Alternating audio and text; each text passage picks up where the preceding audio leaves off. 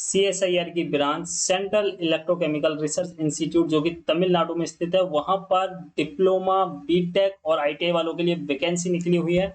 ठीक है, वैकेंसी निकली उनके लिए खुशखबरी है। 28 अगस्त से फॉर्म स्टार्ट हो चुके हैं, 27/9 तक यानी कि 27 सितंबर तक फॉर्म ये चलेंगे। इनकी ऑफिशियल वेबसाइट है, ये आप देख सकते हो, ये इनकी ऑफिशियल वेबसाइट है। और यहाँ पर जो टेक्निकल असिस्टेंट की बात करूँ तो वहाँ पर 41 वैकेंसी निकली हुई है और उनका 35,400 क्या है, पे स्केल है। और मैक्सिमम अपर लिमिट है यहाँ पर, ठीक है, ये आप देख सकते हो, ये अपर लिमिट है। कितनी है, 28 ईयर है। कह रहे हैं विदाउट रिलैक्सेशन नॉट एग्जिस्टिंग, ठीक है, रिलैक्सेशन नहीं है। और टेक्नीशियन की बात करूं यहाँ पर तो मैं 13 वैकेंसी है, ठीक है, 13 वैकेंसी ये जो है इसमें सिर्फ आईटीआई वाले हैं। और टेक्निकल असिस्टेंट जो वैकेंसी है 41, इसमें डिप्लोमा और डिग्री वाले हैं, ठीक है। और 19,900 इनका पे स्केल है, 28 मैक्सिमम लिमिट 28 है।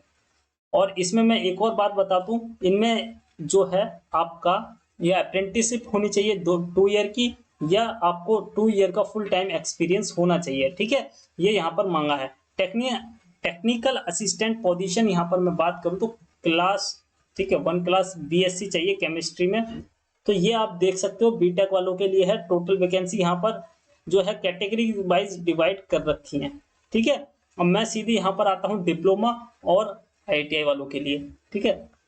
तो डिप्लोमा यहाँ से स्टार्ट हो जाता है, TA 08 से वैकेंसी स्टार्ट होती है, ठीक है। यहाँ पर 2 पोस्ट हैं, एक है ओबीसी वालों के लिए और एक है जनरल वालों के लिए, ठीक है। ओबीसी में एज क्या है, 31 है मैक्सिमम एज लिमिट, और जो जनरल वालों के लिए 28 एज लिमिट है यहाँ पर, ठीक है। डिप्लोमा होना चाहिए इलेक्ट्रॉनिक्स एंड कम्युनिकेशन इंजीनियरिंग, ठीक है।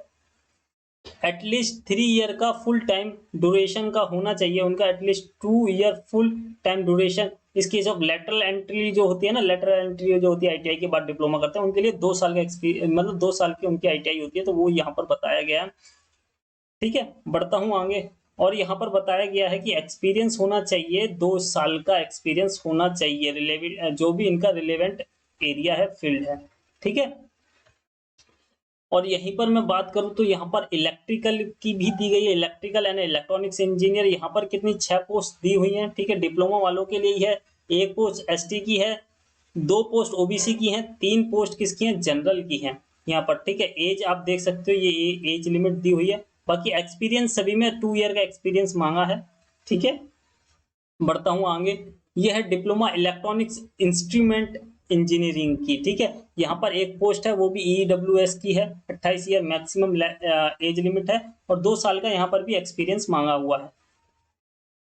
अब ये है कौन सी है, डिप्लोमा मैकेनिकल इंजीनियर की है ये डिप्लोमा, ठीक है। 7 पोस्ट हैं, 1 एसटी की है, 1 ओबीसी की है, और जो 5 पोस्ट हैं वो किसकी हैं, जनरल की हैं। बढ़ता हूँ आगे, यहाँ पर भी 2 साल का एक्सपीरियंस मांगा हुआ है। टेक्निकल असिस्टेंट की है, किसकी है, रिफ्रिजरेटर एसी इंजीनियरिंग की है, ठीक है। रिफ्रिजरेटर एंड 2 पोस्ट इसमें निकली हुई हैं, एक ओबीसी की हो गई और एक जनरल की हो गई, ठीक है। इसमें भी 2 साल का एक्सपीरियंस मांगा हुआ है। टेक्निकल असिस्टेंट डिप्लोमा है, सिविल इंजीनियरिंग की है, ठीक है। कितनी पोस्ट हैं, 2 पोस्ट हैं, एक ओबीसी की और एक हो गई आपकी जनरल की। ये है computer science engineering information tech, ठीक है। 2 पोस्ट हैं यहाँ पर भी, ओबीसी की एक और एक हो गई आपकी जनरल की, ठीक है। ये तो हो गई डिप्लोमा वालों के लिए। अब आती है टेक्नीशियन पोजीशन। टेक्नीशियन पोजीशन में देखते हैं कितनी कितनी वैकेंसी निकली हुई है, ठीक है। 3 पोस्ट निकली हुई हैं, एक एससी की है, एक ओबीसी की है और एक ईडब्ल्यूएस की है। 55% नंबर होने चाहिए 10वीं में, तब जाकर फॉर्म भर सकते हो। और आईटीआई का सर्टिफिकेट होना चाहिए, नेशनल का हो या स्टेट का, एनसीबीटी हो या एससीबीटी, कोई फर्क नहीं पड़ता, दोनों ही भर सकते हो, ठीक है। 2 साल का फुल टाइम एक्सपीरियंस होना चाहिए, ठीक है, या तो अप्रेंटिसशिप करी हो 2 साल की, या फुल टाइम एक्सपीरियंस होना चाहिए आपके पास, ठीक है। और अगर मैं बात करता हूँ यहाँ पर जो सर्टिफिकेट है वो किसका, इलेक्ट्रिशियन का, ठीक है, इलेक्ट्रिशियन ट्रेड की है ये। और यहाँ पर मैं बात करता हूँ, यहाँ पर 55% तो 10वीं में होने चाहिए, वायरमैन की है ये, ठीक है। वायरमैन में 1 पोस्ट है, वो भी जनरल वालों के लिए है, ठीक है। और ये इलेक्ट्रिशियन में 3 पोस्ट हैं, इसमें जनरल वालों के लिए नहीं है। ये इलेक्ट्रिशियन की पोस्ट हो गई, ये आपकी वायरमैन की पोस्ट हो गई, एक ही पोस्ट है। और यहाँ पर अगर मैं बात करता हूँ रेफ्रिजरेटर की, एयर कंडीशनर की, वहां पर 2 पोस्ट है, दोनों जनरल की है, ठीक है। 55% नंबर होने चाहिए, 10वीं में ITI का सर्टिफिकेट होना चाहिए, SCVT हो या NCVT कोई फर्क नहीं पड़ता, मगर 2 साल का एक्सपीरियंस भी होना चाहिए आपका, चाहे आपने अप्रेंटिसशिप करी हो, चाहे कहीं से 2 साल का फुल टाइम का एक्सपीरियंस हो आपको।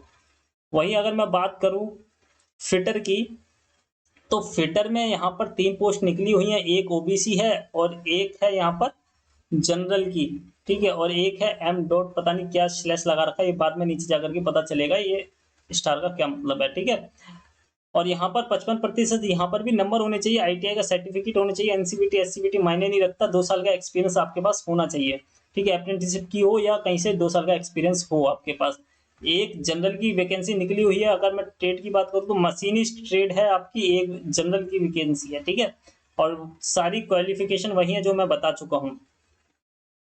अगर टेक्नीशियन की बात करें, एक और है, ये किसकी है, वेल्डिंग ट्रेड की है, और एक पोस्ट यहाँ पर निकली हुई है, वो भी जनरल की निकली हुई है, बाकी सारी क्वालिफिकेशन वही है, और 2 साल का एक्सपीरियंस इसमें भी चाहिए फुल टाइम का, ठीक है। बढ़ता हूँ आगे, यहाँ पर दे रखा है कंप्यूटर ऑपरेटर की, यानी कि कोपा की है, एक वैकेंसी निकली हुई है, वो भी SC की निकली हुई है, ठीक है। सारी क्वालिफिकेशन वही है और 2 साल का एक्सपीरियंस इसमें भी फुल टाइम का होना चाहिए। बढ़ता हूँ आगे, ये है एक पोस्ट दी हुई है LV की है, यानी कि स्टार देखकर नीचे देखना पड़ेगा कौन सी कैटेगरीज पर डिपेंड करती है ये जनरल में। तो कौन इसमें है, क्रॉकरी, ठीक है, जो फूड वगैरह होती है प्रोडक्शन, ठीक है, उनकी ये पोस्ट निकली हुई है, एक वैकेंसी है।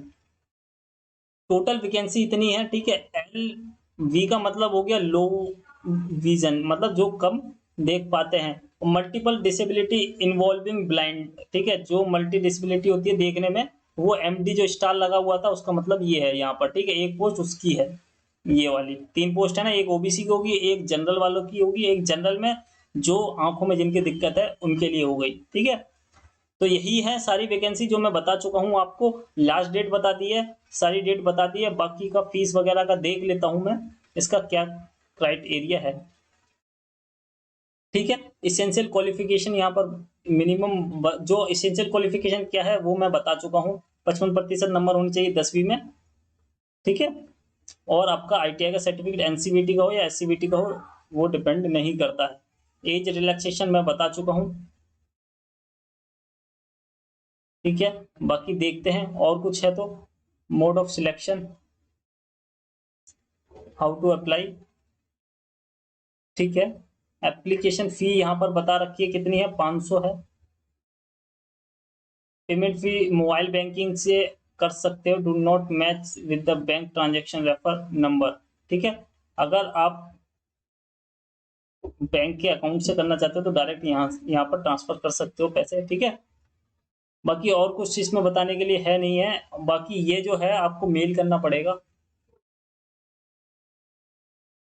ठीक है। एड्रेस ये है, देखो क्या मेल करना पड़ेगा, देखो ऑफ ऑनलाइन तो इसको अप्लाई करना ही करना है आपको। ऑनलाइन करने के साथ साथ आपका जो लेटर है स्पीड पोस्ट से, वो 12/10 तक पहुंच जाना चाहिए उनके पास, ठीक है।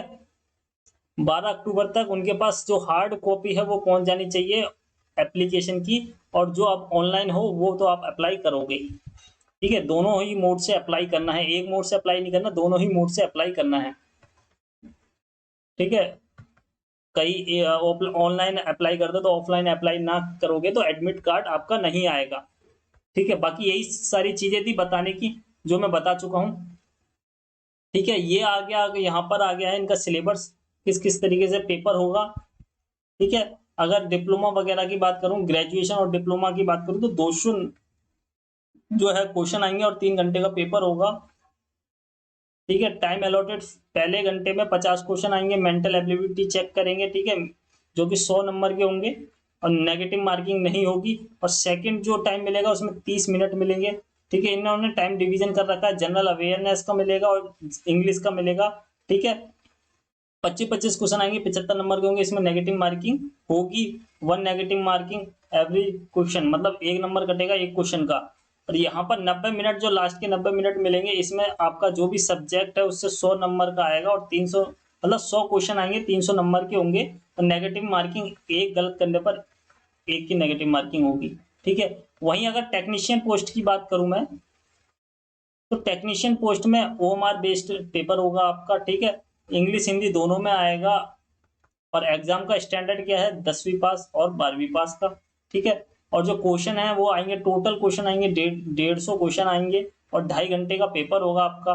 150 क्वेश्चन होंगे, 100 नंबर के क्वेश्चन, ये क्या है, marks, maximum marks 100, 2 marks for every correct answer. अच्छा ठीक है, 300 नंबर के हो गए फिर तो ये, ठीक है। नेगेटिव मार्किंग नहीं है यहाँ पर।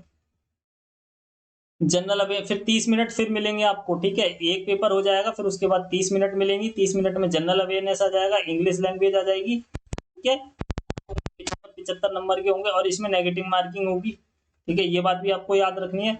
और यहाँ पर फिर लास्ट का जो 1 घंटा होगा उसमें आपकी किस्म आएंगे, जो भी आपका टेक्निकल जो आपने पढ़ा हुआ है, ठीक है, जो भी आपका सब्जेक्ट है उससे 50 क्वेश्चन आएंगे जो कि 150 नंबर के होंगे, उसमें नेगेटिव मार्किंग होगी, ठीक है। ये आईटीआई वालों के लिए भी मैंने बता दिया इसमें, और डिप्लोमा और बीटेक वालों के लिए भी बता दिया है। बाकी ये सारे फॉर्म्स वगैरह हैं, ये आपके कोई मतलब के नहीं है, ठीक है।